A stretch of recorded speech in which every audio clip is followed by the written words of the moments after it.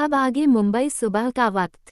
सुबह की पहली किरण खिड़की से आते हुए विरांशु के कमरे में आती है। तभी किट्टू की आंखें धीरे धीरे खुलने लगते हैं और वो अपनी आंखें खोलकर सीलिंग की तरफ देखने लगती है और समझने की कोशिश करने लगती है कि अभी वह कहाँ है। तभी उसकी नज़र कैमरे की तरफ जाती है और फिर उसकी नज़र अपने बगल में सो रहे हैं विरांशु पर जाती है और वह विरांशु को देखकर डरने लगते हैं, क्योंकि उसे रात का सर मंजर उसके सामने घूमने लगता है कि कैसे विरांशु ने उसे रात भर तंग किया था और वह दर्द से आते जाते बेहोश हो गई थी। तभी वह हिम्मत करते हुए अपने बेड से खड़ी होने की कोशिश करती है, लेकिन जैसे वह जमीन पर अपने कदम रखती है वैसे ही वह लड़खड़ा के गिरने, लेकिन वह अपने आप को संभाल कर खड़े हो जाती है और बाथरूम की तरफ जाने लगती है। लेकिन जैसे जैसे वह बाथरूम की तरह जा रही थी वैसे वैसे हर एक कदम पर उसको लग रहा था कि उसका दम टूट रहा है, उसको चलने में बिल्कुल भी नहीं बन रहा था। लेकिन वह ऐसे तैसे जैसे करके बाथरूम के अंदर जो आती है और दरवाजा लगाकर जैसे ही वह पीछे मुड़ती है तभी उसे अपना अक्ष दिखाई देता है। तभी वह अपनी पहनी हुई चादर जिला पेटी हुई थी वह हटाती है और जैसे ही वह हटाती है उसका पूरा शरीर एक्सीडेंट से गुजर जाता है, क्योंकि इसके पूरे शरीर में लव बाइट के निशान थे। एक भी जगह से नहीं थी जहां लव बाइट नहीं थे और यह सब देखकर उसे अंदर ही अंदर बहुत गुस्सा आ रहा था और शर्म भी आ रही थी। लेकिन वह ये सब को साइड करके फ्रेश होने लगती है। कुछ देर बाद जब किट्टू वॉशरूम से फ्रेश होकर आती है तो विरांशु अभी भी सोया हुआ था। उसे देखकर ऐसा लग रहा था कि वह भी नहीं अभी यह सब देखकर कि तू अपना सर झटकती है और अपना पर पटकते हुए रूम के बाहर जाने लगती है, क्योंकि उसे बहुत गुस्सा आ रहा था विरांशु पर। और वह जैसे ही रूम का दरवाजा खोलती है वैसे ही उसे शांति जी दिख जाती है, जो दरवाजे के बाहर ही कॉफी की ट्रे लेकर खड़ी थी। टीटू को वहां देखकर शांति गुस्से से बोलता है, ये लड़की तुम्हारा काम हो गया ना, तो तुम यहाँ से निकले, अब तुम्हारा यहाँ कोई काम नहीं है। शांति आंटी का इतना रुका हुआ व्यवहार देखकर किट्टू को बहुत बुरा लगता है, लेकिन वह पूछता है कि क्या मैं जा सकती हूँ। तभी शांति आंटी बोलते हैं, हाँ लेकिन एक शर्त पर, वह सब देखना पड़ेगा जो हमारी बिटिया ने देखा है। तभी शांति कई वाहन से रूम के अंदर चल जाती है किट्टू को उलझा हुआ छोड़कर, और वही किट्टू जो भी उलझी हुई थी वह अपना दिमाग झटक कर किचन की तरफ जाने लगता, क्योंकि उसे बहुत भूख लग रही थी, क्योंकि उसने कल सुबह से कुछ नहीं खाया था। कुछ देर बाद किट्टू ब्रेकफास्ट करके डाइनिंग एरिया में बैठी हुई थी, क्योंकि शांति जी ने उसे डाइनिंग एरिया में बैठने के लिए बोला था। कुछ देर बाद विरांशु अपना 3 पीस ब्लैक सूट पहन के सीढ़ी से नीचे उतर रहा था। ये देखकर किट्टू खड़ी हो जाती है। तभी विरांशु किट्टू को देखा है तो गुस्से से बोलता है, मैं जानता था तुम जैसी लड़कियों को। आप क्या चाहिए, तुम्हें कितने पैसे चाहिए, बताओ मुझे। तभी किट्टू बोलती है, पहले आप मुझे ये बताइए कि आपने मुझे किस गुनाह पर यहाँ पर कैद कर रखा था कल से और एक दिन की शादी की। तभी हिरांशु किट्टू से गुस्से में गरजते हुए कहता है, तुम्हें जाना है ना कि तुमने क्या किया है। तभी विरांशु किट्टू के गाल जोर से पकड़ लेता है और उसको खींचते हुए मेंशन के बाहर ले जाने लगता है। और वही किट्टू जिसे अभी ब्रांचों के गाल खींचने पर बहुत दर्द हो रहा था, वह रोते हुए अपने आप को छुड़ाने की कोशिश करती है, लेकिन विरांशु के सामने उसका कहाँ कोई जोर होना था, वह अपने आप को नहीं छोड़ा पाती है। और विरांशु उसे घसीटते हुए अपनी गाड़ी में बैठा था और अपनी गाड़ी खुद चलाकर मेंशन से तेजी से निकल जाता है और उसकी गाड़ी रुकती है इस अस्पताल के सामने जहां श्रुति अभी इस वक्त एडमिट थी। तभी वह अपने सेट का दरवाजा खोलकर किट्टू के तरफ जाने लगता है और किट्टू को घसीटते हुए और उसके बाल खींचते हुए वह किट्टू को श्रुति के वार्ड में ले जाने लगता है। ये सब देखकर अस्पताल में जो लोग थे वह डर जाते हैं, लेकिन वह कुछ भी नहीं कर सकते थे, क्योंकि वह लोग विरांशु की ताकत को जानते थे कि वह क्या क्या कर सकता है। तभी विरांशु जो किट्टू को खींचकर श्रुति के कमरे में ले जा रहा था और किट्टू रोते हुए से छुड़ाने की कोशिश कर रही थी, वार्ड का दरवाजा अचानक से खुलता है और विरांशु की दो को घसीटते हुए बेहोश मशीनों से घिरे हुई श्रुति के पास ले जाकर उसके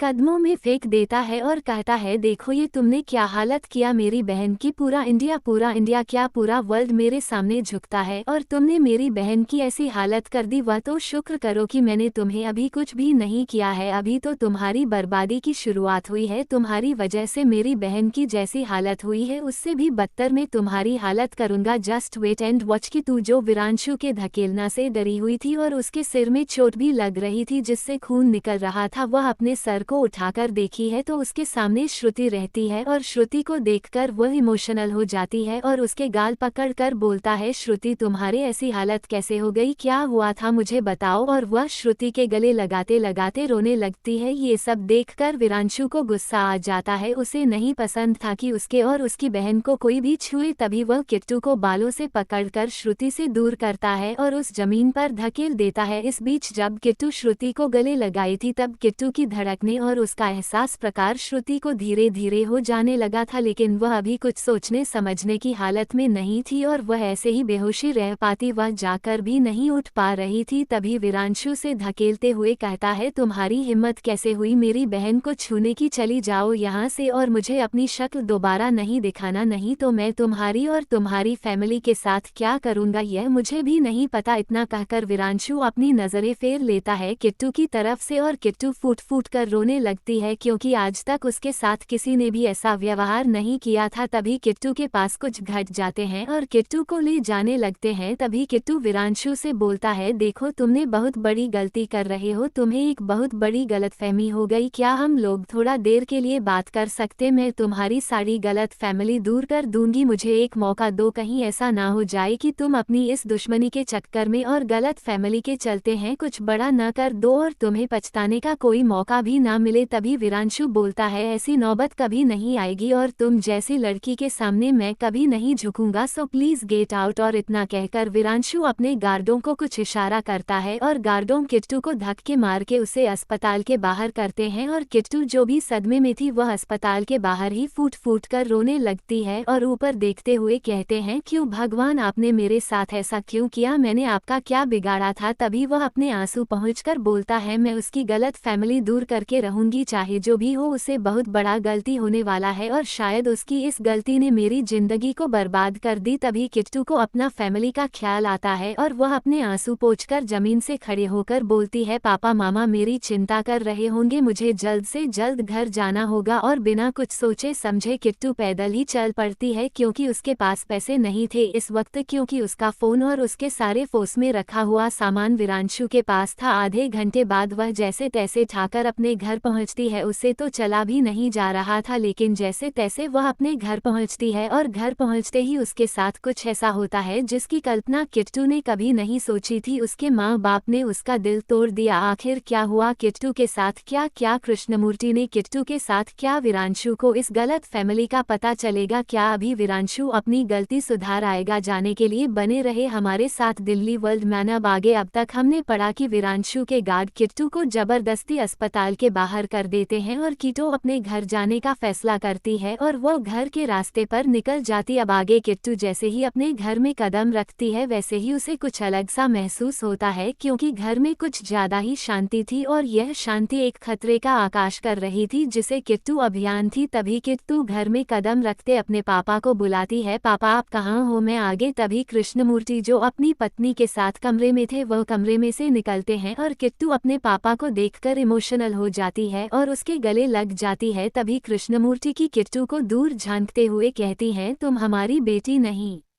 हो सकती, तुमने हमारे सम्मान को चोट पहुंचा है, तुमने हमारे परवरिश को नहीं अपनाया और जान जान तुमने किसके साथ अपनी रातें रंगीन की। यह सब कहते हुए भी मुझे शर्म आ रही है, मैंने कभी सोचा नहीं था कि मेरी बेटी ऐसी निकलेगी। अपने पिता की ऐसी बात सुनकर किट्टू की आंखों में आंसू आ जाती है और वह रोते हुए कहती है, क्या हुआ बाबा, मैंने कुछ भी गलत नहीं किया है, वह तो मुझे उसने इतना ही रहती है। तभी किट्टू के पापा उसके गाल में एक झड़नातेदार थप्पड़ मारते हुए कहते, चुप चुप करो, मैं बहुत सुन ली तुम्हारी, अब तुम मेरी सुनो। तभी किट्टू के पापा किट्टू को कुछ दिखाते हैं जिससे किट्टू की आंखें बड़ी बड़ी हो जाती हैं। आखिर क्या दिखाया किट्टू के पापा ने, आखिर क्यों मारा किट्टू के पापा ने उसे थप्पड़, क्या मजबूरी हुई होगी, क्या किट्टू समझ पाएगी गलत फैमिली का, क्या वह विरांशु को कभी माफ कर पाएगी। जाने के लिए हमारे साथ बने रहे। तभी किट्टू के पापा किट्टू को उसका एक दिन का मैरिज कॉन्ट्रैक्ट दिखाते हैं जो किट्टू और विरांशु का था और किट्टू के पापा किट्टू को दिखाते हुए कहते हैं, हैं इसी दिन के लिए मैंने तुम्हें पैदा किया था कि तुम मेरा सर समाज के बीच में निशा करो। खैर मानो कि यह फोटो सिर्फ और सिर्फ तुम्हारे भाई के पास आई है, नहीं तो किसी और के पास आती तो हमारी इज्जत चल जाती। तभी आदर्श जो तब से खड़ा अपनी बहन और अपने पापा को ऐसे देख रहा था, उसकी आंखों में नमी थी और वह अपने बाबा से बोलता है, नहीं बाबा जरूर था, हमें कुछ गलत फैमिली हो गई है। किट्टू दी ऐसी नहीं है। तभी कृष्णमूर्ति कहते हैं, मैंने तो इसे सिर्फ मैरिज सर्टिफिकेट दिखाया और फोटोज का मैं क्या करूं, इसमें जो कल रात किया वह मैं सपने में भी नहीं सो सकता था कि मेरी बेटी ऐसी कभी करेगी। क्या मेरी परवरिश में कुछ कमी रह गई थी? क्या मैं तुम्हें खाना नहीं देता था ठीक से? तुम्हें ऐसी क्या मजबूर हो गई कि तुम्हें ऐसा कदम उठाना पड़ा? तभी किट्टू ना समझ तरीके से बोलता है, पापा यह आप क्या कह रहे हो, मुझे कुछ समझ नहीं आ रहा है। तभी आदर्श जो अपना फोन पकड़े हुए खड़ा था वह किट्टू को कुछ ऐसा दिखता है जिससे किट्टू की आंखें बड़ी बड़ी हो जाती है। आखिर क्या दिखाया आदर्श ने किट्टू को? क्या किट्टू इस गलत फैमिली को दूर कर पाएगी? अब क्या करेंगे कृष्णमूर्ति जी? अब आगे किट्टू जो अपनी आंखें बड़ी बड़ी करते हुए फोन के स्क्रीन को देख रही थी जिसमें उसकी और विरांशु की कल रात की रोमांटिक मोमेंट्स की तस्वीर थी। तभी आदर्श किट्टू से बोलता है, दीदी यह क्या है, आपने कुछ गलत नहीं किया, यह मुझे भी पता है, आपकी जरूर कोई ना कोई मजबूरी होगी, क्या आप मुझे बताएंगे? मैं आपको समझता हूँ, प्लीज हमें बताए। अभी किट्टू के पापा को आधार से दूर करते हुए कहते हैं, अरे ये क्या हमें बताएगी, हमने इसको देख लिया, अब ये हमारे साथ नहीं रह सकती है, चली जाओ यहाँ से, दूर चल जाओ और हमारे पास भी नहीं आना, हमारे मरने पर भी नहीं। इतना कहकर किट्टू के पापा किट्टू को अपने घर से बाहर निकलने लगते हैं। ये देखकर किट्टू की माँ जो तब से रोते हुए किट्टू को देख रही थी वह अपने पति को रोकते हुए कहती है, ये आप क्या कर रहे हैं, हमारी इकलौती बेटी है, आप ऐसा नहीं कर सकते हैं, ये कहाँ जाएगी, क्या करेगी? तभी किट्टू के पापा गुस्से से बोलते हैं, जब उसने हमारी इज्जत लूटी थी तब तुम्हें नहीं फिक्र हो रही थी हमारी इज्जत की हमारी, और अब मैं इसे अपने घर से निकल रहा हूँ तो तुम्हें दिक्कत हो रही है। अगर तुम्हें भी इस घर में रहना है तो तुम कुछ नहीं बोलोगी, अगर तुम्हें इसके साथ जाना है तो तुम जा सकते हो। तभी किट्टू की माँ बोलती है, मैं जानती हूँ उसने बहुत बड़ी गलती की है, लेकिन इसकी जरूर कोई मजबूरी होगी, इसकी बातें एक बार सुन तो लो आप। और किट्टू भी तभी बोलता है, हाँ पापा एक मिसअंडरस्टैंड के वजह से हो गया, आप एक मिनट मेरी बात तो सुनो। अभी किट्टू के पापा बोलते हैं, मुझे तुम्हारी एक भी बात नहीं सुनिए, तुम इस घर से चल जाओ, मुझे तुम नहीं चाहिए मेरी जिंदगी में। इतना कहकर वह अपना घर का दरवाजा बंद कर देते हैं और किट्टू जो दरवाजा पीट रही थी वह रोते हुए कहती है, मेरी कोई गलती नहीं है, प्लीज आप मेरी बात तो सुनिए एक बात। इतना कहकर वह रोते रोते वहीं बैठ जाती है और वहीं दूसरी तरफ एक आदमी जो किट्टू के बाहर किट्टू के घर की सारी चीज देख रहा था वह कहीं फोन करके बोलता है, बस अपने जैसा सोचा था वैसा ही हो रहा है, किट्टू के घर वाले उसे अपने घर से निकाल दिए हैं। तभी इधर से विरांशु बोलता है, अच्छा अब उसे पर नजर बनाए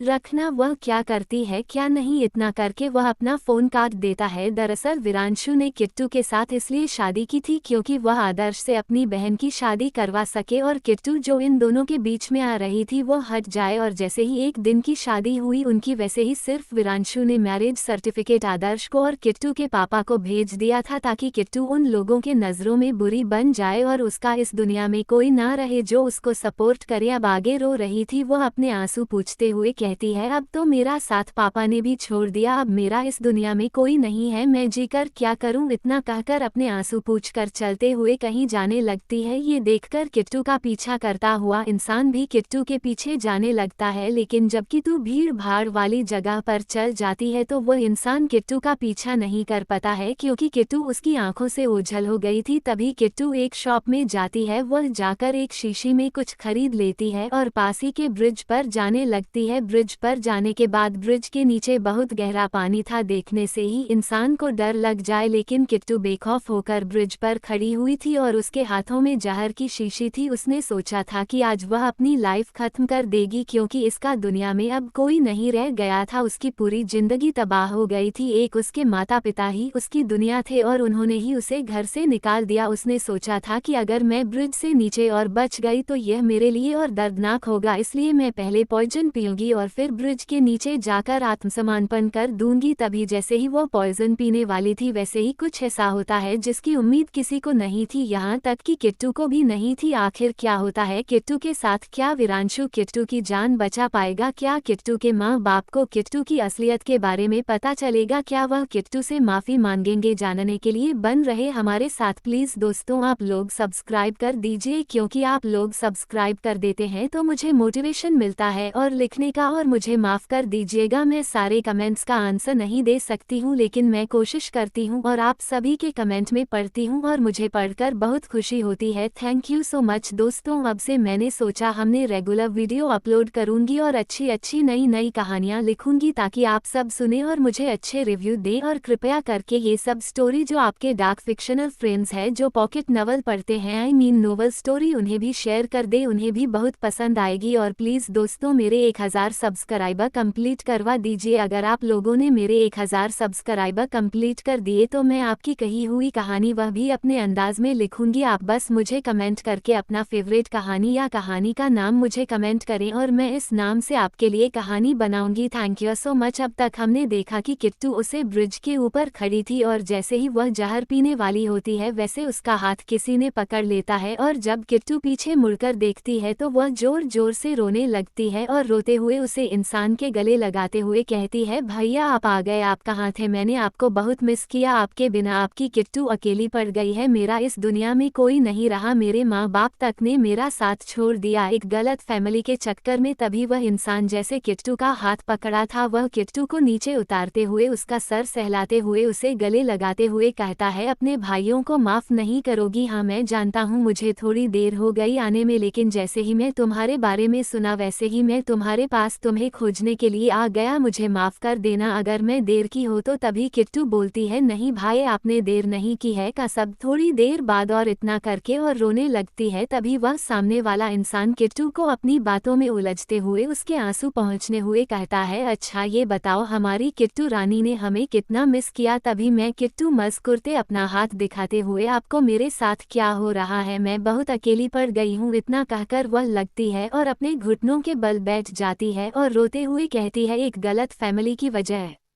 से मेरे परिवार ने मेरा साथ छोड़ दिया, अब मैं क्या करूं, कहां जाऊं, इसलिए मैं मरने जा रही थी। तभी उसे इंसान ने को चुप करते हुए बोला, माना कि तुम्हें तुम्हारे फैमिली ने छोड़ दिया, लेकिन क्या तुम मुझे अपना भाई नहीं मानती हो? तुमने मुझसे बोला था कि तुम हमेशा खुश रहोगी, लेकिन ये क्या? मैं तुम्हें इस हालत में देखकर मेरा दिल बहुत दर्द कर रहा है। मैंने सोचा था कि जब मैं अपना काम करके वापस आऊंगा तो हम अच्छा टाइम स्पेंड करेंगे, लेकिन तुम्हें इस हालत में देखकर मुझे बहुत दुख हो रहा है और मुझे अपने आप पर भी गुस्सा आ रहा है कि मैं तुम्हारा ख्याल नहीं रख सकता एक बड़ा भाई होकर। तभी की किट्टू बोलती है, नए भैया इसमें आपकी कोई गलती नहीं है, इसमें सिर्फ एक इंसान की गलती है जिसके वजह से ये सब हो रहा है, नहीं तो आज मैं खुश होती। बस एक इंसान की वजह से मेरी जिंदगी बर्बाद हो गई और मैं इस हालत में हूँ अभी, और मैं उसे इंसान को कभी नहीं माफ करूंगी। उसने मेरी पूरी बात तक नहीं सुनी, उसने मुझे धक्के निकालकर अपने घर से अपनी जिंदगी से बाहर किया। मुझे लग रहा था यह मेरी जिंदगी की नई शुरुआत होगी, लेकिन मुझे नहीं पता था कि यह मेरी जिंदगी की आखिरी खुशी का पल होगा। मुझे लगा कि इतना कहते एक किट्टू के आज सा निकलने लगता है और ये देखकर सामने वाला इंसान को बहुत दुख होता है। वो किट्टू को गले लगाते हुए कहता है, भले ही तुम्हारा सबने साथ छोड़ दिया लेकिन मैं तुम्हें कभी नहीं छोड़ूंगा, भले ही मैं सबने गलत समझा लेकिन मैं तुम्हें कभी नहीं समझेगा, क्योंकि मैं तुमसे अभी मेरी बहन थी, कभी नहीं कर सकती, जरूर तुम्हारे कुछ मजबूरियां होनी होगी। तभी किट्टू उसके साथ जो भी हुआ वह सामने वाले इंसान को धीरे धीरे सारी बातें बताने लगते हैं और यह सुनकर सामने वाला इंसान को बहुत कुछ। फिर अंशु ने बिना कुछ सोच समझ बिना कुछ जाने किट्टू की जिंदगी ऐसे खराब कर दी। तभी सामने वाला इंसान बोलता है, उसे मैं नहीं छोड़ूंगा, मैं मेक सुरे करूंगा कि वह कल का सूरज नहीं देख पाए। इतना करके वह किसी को फोन करने लगता है। तभी किट्टू से मना करते हो कहती, नहीं भैया रहने दीजिए, मैं तो उसे पाल का इंतजार कर रही हूँ, जिस पर उसे पछतावा हो वो मुझे ढूंढ लिया और और मैं उससे ना मिली तब होगा बदला पूरा, उसे सच पता चल जाएगा और वह जिंदगी भर रिग्रेट करेगा। ठीक है, तुम्हारे कहने पर मैं उसे छोड़ रहा हूँ, लेकिन अगली बार उसने ऐसा कुछ भी करने का सोचा भी तो मैं उसे नहीं छोड़ूंगा और तुम मुझे रोक भी नहीं सकती हो। अब चलो अपने आंसू पूछो, हमारे घर पर तुम्हारी दादी वेट कर रही है, हमारा नहीं तुम्हारा, सिर्फ क्योंकि वह सबसे ज्यादा तुमको प्यार करते हैं। तुम जानते हो जब से मैंने उन्हें बोला कि मैं तुम्हें उनके पास लाने वाला हूँ तब से वो किचन में गई है और 100 तरीके के पकवान बना रहे हैं और दादाजी उनका तो कहना ही कुछ और है। वो अपने कमरे के 100 चक्कर मार चुके हैं और मुझे 10-10 मिनट पर फोन करके पूछ रहे हैं कि तुम आ रहे हो कि नहीं, कितने देर में आ जाओगे, कि तू कैसी है। सो अभी मुझे अपना दिमाग खराब नहीं करवाना है तो प्लीज चलो। तो मुस्कुराने लगता और मुस्कुराते हुए कहती है कितने दिन हो गए ना दादा दादी को देखे हुए, मुझे भी उनको देखना है भैया, प्लीज मुझे उनके पास ले जाइए। तभी वह इंसान किट्टू के सर पर हाथ रखकर बोलता है ठीक है, लेकिन तुम्हें मुझसे एक वादा करना पड़ेगा कि तुम अपना ख्याल रखोगी और मेरे इजाजत के बिना कहीं बाहर नहीं जाओगी, क्योंकि बाहर बहुत खतरा है। तुम समझ रही हो ना मैं क्या कहने की कोशिश कर रहा हूँ। तभी किट्टू अपना सर हमें हिलती है और उसे इंसान के कंधे पर सर रखकर आराम करने लगती है। वह इंसान की ट्यूब अपने काम में बैठकर कहीं ले जाता है। क्या विरांशु को किट्टू के बारे में पता चलेगा? क्या श्रुति को किट्टू और प्रियांशु के बारे में पता चला है? क्या किट्टू के परिवार को अपनी गलती का पछतावा होगा? क्या ये गलत फैमिली दूर होगी? जाने के लिए बने रहे हमारे साथ और हमारे चैनल को सब्सक्राइब जरूर कर दे। उसके साथ साथ एक लाइक और एक प्यारा सा कमेंट कर दो ताकि मुझे मोटिवेशन मिलते रहे अब आगे। अब तक हमने पद की किट्टू को इंसान बचाकर अपने घर ले जाता है, तो चलिए मिलते हैं उसे इंसान से। फ्लैशबैक, किट्टू जब 17 साल की थी तब वह स्कूल की तरफ से पिकनिक पर गई थी, मनाली में गई थी। मनाली सुबह का वक्त, किट्टू मनाली घूम ही रही थी तभी उसे एक इंसान दिखता है जो खून से लटपट पड़ा हुआ था जमीन पर। ये देखकर किट्टू घबरा जाती है, लेकिन वो हिम्मत करते हुए उसे इंसान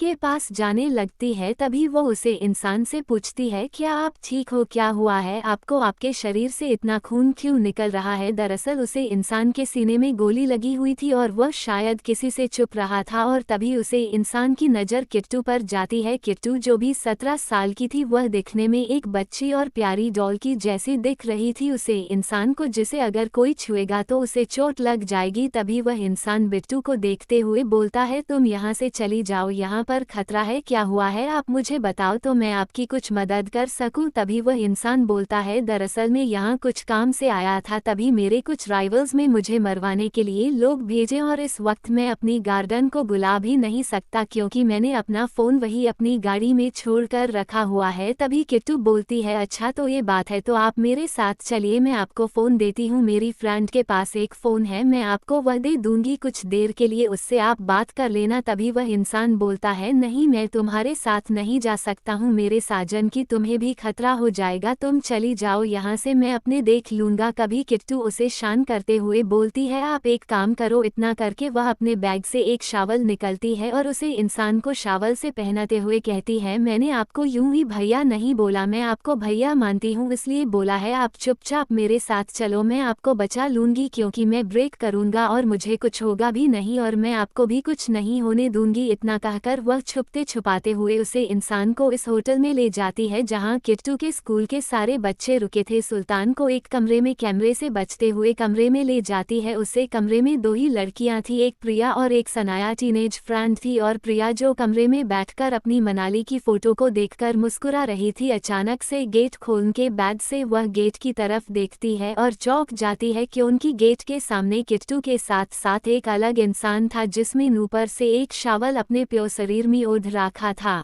तभी सनाया डरते हुए किट्टू से पूछता है ये कौन है, तुम ऐसे कैसे ले आ सकती हो बिना जान पहचान के? तभी किट्टू दोनों को शांत करवाते हुए बोलती है तुम चिंता मत करो, ये हमें कुछ नहीं करेंगे, यह अच्छे इंसान है और मैं उनकी मदद करने का वादा किया था इसलिए मैं यहाँ पर ले आई हूँ, यहाँ पर यह सेफ रहेंगे। तभी वह उसे इंसान को कमरे के अंदर ले जाती हो और कमरे का दरवाजा बंद कर देती है। इस बीच स्कूल के सारे बच्चे और टीचर अपने कमरे में आराम कर रहे थे क्योंकि अभी अभी उनका लंच पीरियड चल रहा था और लंच होने के बाद सब अपने कमरे में आराम कर रहे थे। किसी की भी नज़र किट्टू पर नहीं गई थी और नहीं उसे इंसान पर। तभी किट्टू सनाया से कहती है, सनाया क्या तुम इन्हें अपना फ़ोन दे सकती हो? इन्हें अपने गार्डों को बुलाना है, तब तक मैं इनकी पट्टी कर देता हूँ। तभी से नया डरते हुए उसे इंसान को फ़ोन दे देती हो और किट्टू टेबल की तरफ जाने लगते हैं जहाँ मैजिक किट था और टेबल से मेडिकेट लेकर वह उनसे इंसान के गांव को बढ़ने लगती है, दवाई लगाने लगती है। इस बीच वह इंसान अपने गार्डों को फ़ोन करता है और अपनी लोकेशन का पता बताता है with the help of Sanaya. और उसे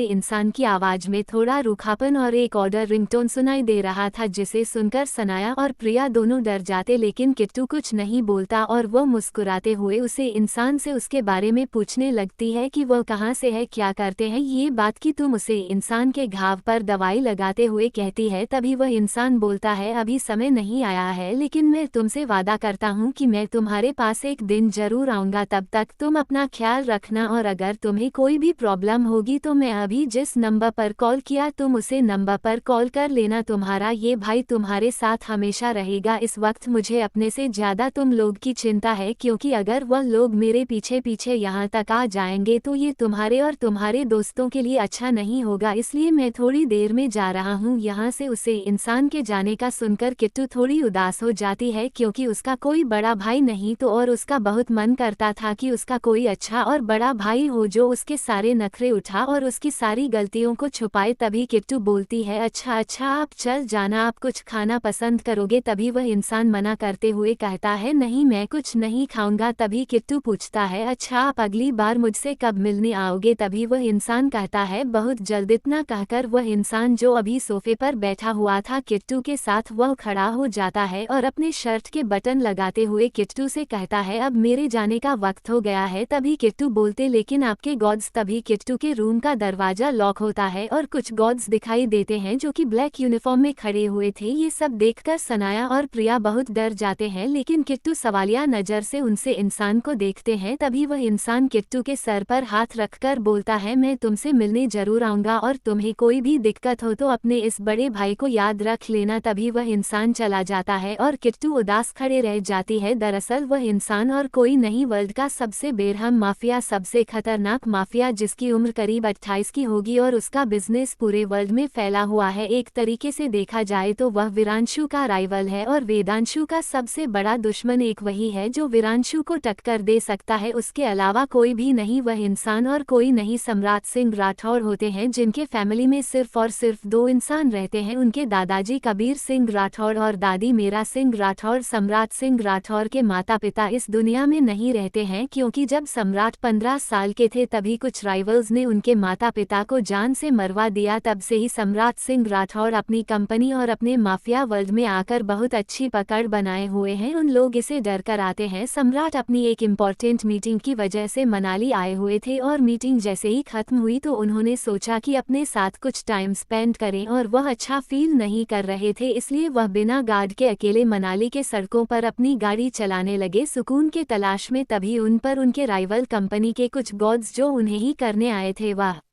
उन्हें निशाना बना लेते हैं। उसे वक्त सम्राट सिंह राठौर के पास गन नहीं थी, क्योंकि उन्होंने नहीं सोचा था कि उनके दुश्मन यहां तक उनका पीछा करते करते आ जाएंगे, और जब तक वह अपने फ़ोन से गार्ड को बुलाते तब तक उन्हें बहुत चोट लग गई थी, लेकिन उन्होंने हाथ नहीं मानी और दुश्मनों के कुछ घाट को आसानी से हरा दिया। लेकिन इस बीच वह खुद घायल हो गए और एक जगह जाकर छुप गए। तभी उनके पास किट्टू आए। किट्टू को देखकर ही सम्राट सिंह राठौर को अपनेपन का एहसास हुआ, क्योंकि अगर इससे पहले कोई भी लड़की उनके पास आती थी तब उन्हें गुस्सा आता था, लेकिन जब किट्टू ने सम्राट को भैया बोला तब सम्राट का दिल पिघल गया और वह किट्टू को तभी से अपनी बहन मानने लगा। कुछ दिन बाद जब किट्टू की पिकनिक से वापस घर जाती है टू यूज अपना भाई दिखता है आदर्श, जो अभी टीवी देख रहा था। तभी किट्टू आदर्श के पास जाकर ट्रक तो सम्राट के बारे में सब कुछ बताने लगते हैं कि मनाली में उसे सम्राट मिला था और उसने कैसे सम्राट की मदद की और सम्राट ने उसे क्या क्या कहा। ये सब सुनकर आदर्श आदर्श थोड़ा सा ज्वेलर्स होता है क्योंकि वह भी एक भाई था लेकिन किट्टू से छोटा था, लेकिन अपनी बहन की प्यारी प्यारी बातें सुनकर उसका मूड ठीक हो जाता है और वह बोलता है तो आपने यह बात मम्मी पापा को बताए, वह भी खुश हो जाएंगे, क्या आपने किसी की मदद की? लेकिन फिर तू उसे शांत करते हुए कहती है बोलकर भी तुम इस बात का जिक्र मम्मी पापा के सामने मत करना, क्योंकि मम्मी पापा अगर यह जान लेंगे कि वो भैया एक माफिया है तो पापा मुझे जिंदा नहीं छोड़ेंगे। इतना करके वह ड्रामा करने लगती है। ये देखकर आदर्श हंसते हुए कहता है तो क्या आपने उसे भैया के बारे में पता किया? मेरा मतलब है आपने उनका कांटेक्ट नंबर लिया? तभी किट्टू बोलती है शनाया के फोन में एक नंबर है लेकिन वो नंबर सम्राट भैया का गार्ड का नंबर है। वैसे भी भैया ने मुझे कहा कि वो मुझे जल्द से जल्द मिलने आने वाले हैं और मैं उनका वेट कर रही हूँ। ये सुनकर आदर्श खुश हो जाता है और बोलता है अच्छा, जब आप उनसे मिलोगे तब मुझे भी बता देना, मैं भी मिलना चाहता हूँ, आखिर वह भी तो मेरे बड़े भैया हुए ना। तभी किट्टू अपना सर हमें मिलती। ऐसे वह दिन भी जाता है कुछ। अब तो बात किट्टू और आदर्श की स्कूलिंग कंप्लीट हो गई थी। अब वह कॉलेज जाने वाले थे, इसलिए उन्होंने सनशाइन कॉलेज चुनौती थी। वह मुंबई का सबसे ज्यादा माना और अच्छा कॉलेज था और वह लोग अपना एडमिशन करवे घर लौटाए रहते कि रास्ते में कुछ ऐसा हुआ जिसकी उम्मीद किसी को नहीं थी। आखिर क्या हुआ था रास्ते में? क्या सम्राट आएगा किट्टू से मिलने? जाने के लिए बने रहे हमारे साथ। अब आगे किट्टू और आदर्श अपने एडमिशन करवा के पैदल अपने घर ही जा रहे थे क्योंकि उनके घर का रास्ता 10 मिनट की ही दूरी पर था, तो उन्होंने पैदल जाना ही सही समझा और वह चलने लगे। तभी वह देखते हैं कि एक कार का काफिला आ रहा है। वो सब कार जितने भी आ रहे थे वो सब महंगी महंगी कारें थी। अगर कोई इंसान जिसे कार का उतना नॉलेज नहीं है वह इन कारों को देखकर नहीं जान पाएगा कि यह कारों की कीमत करोड़ों में है। तभी वह कार अचानक से किट्टू के सामने आ जाती है जो अभी फुटपाथ पर चल रही थी। ये देखकर किट्टू थोड़ी घबरा जाती है। कार की आगे की सीट का दरवाजा खुलता है और कार की आगे की सीट से एक इंसान निकलता है और वह पीछे की सीट का दरवाजा खोलते हुए पीछे बैठे इंसान को ग्रीट करता है। तभी कार से एक ब्लैक चमचमाती शूज निकलते हैं और पिछले की सीट पर बैठा हुआ सम्राट अपना ब्लेजर ठीक करता है और किट्टू के पास आने जल लगता है। किट्टू जो अभी शौक में थी सम्राट को देखकर खुश हो जाती है और सम्राट को बोलता है भैया आप आगे, और इतना करके वह सम्राट के गले लग जाती है। और तभी सम्राट भी किट्टू के माथे पर चुनकर बोलता है हाँ बच्चा मैं आ गया। ये सब नज़ारा देखकर जिसने सम्राट के कार का दरवाजा खोला था और उसके पीछे खड़े जितने भी गॉड्स थे वह सब शौक हो जाते हैं क्योंकि उन्होंने अपने बॉस को किसी भी लड़की के साथ इतने नर्म स्वभाव में नहीं देखा था। उसके बॉस को कितने रोड खरगोश और डेविल थे जो किसी लड़की को देखकर ही गुस्सा हो जाते थे। इन सब के बिक आदर्श थोड़ा शौक था पहले, लेकिन ट्यून भैया बोला टू यूज समझ में आ गया, या वही इंसान है जो मनाली में किट्टू को मिला था। तभी वह भी किट्टू और सम्राट के बिक में आ जाता है और सम्राट और किट्टू को गले लगाते हुए कहते